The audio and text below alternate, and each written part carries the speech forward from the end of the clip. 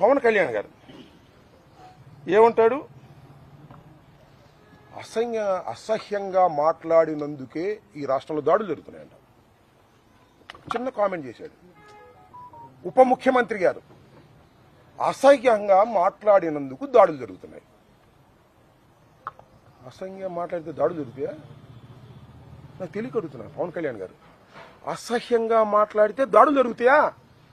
కేసులు పెట్టరా అనుకున్నాం కాసేపు. నేను అసహ్యంగా మాట్లాడాను, పొరపాటుని క్షమాపణ చెప్పానే, రియలైజ్ అయ్యానే, పశ్చాత్తాపడ్డానే, అయినా దాడులు చేస్తారా?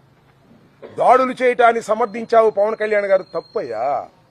ఉప ముఖ్యమంత్రి గారు తప్పు. నువ్వు అసహ్యంగా మాట్లాడలా? నేను అడుగుతా ఉన్నా. గౌరవనీయులైనటువంటి ఉప ముఖ్యమంత్రి గారిని, జనసేన అధిపతి పవన్ కళ్యాణ్ గారిని నేను సూటిగా అడుగుతా ఉన్నా. మీరు అసహ్యంగా ఎప్పుడు మాట్లాడలేదా? గుర్తు చేసుకోండి. గుర్తు చేయకపోతే నేను చెప్తా వినండి. ఏమన్నారు మీరు?